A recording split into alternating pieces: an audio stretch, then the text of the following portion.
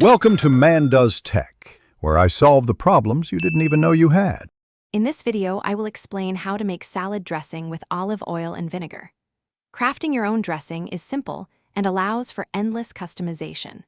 We will cover the fundamental ratio of oil to vinegar, typically 3 parts oil to 1 part vinegar, which creates a balanced flavor.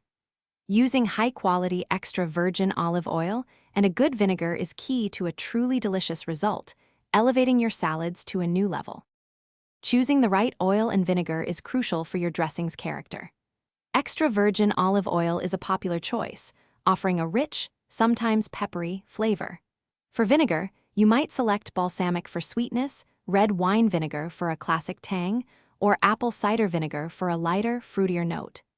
Experiment with different varieties to discover your favorite combinations and personalize your culinary creations.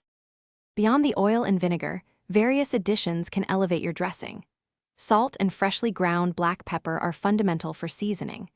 A teaspoon of Dijon mustard not only adds a pleasant tang, but also helps emulsify the dressing, preventing separation.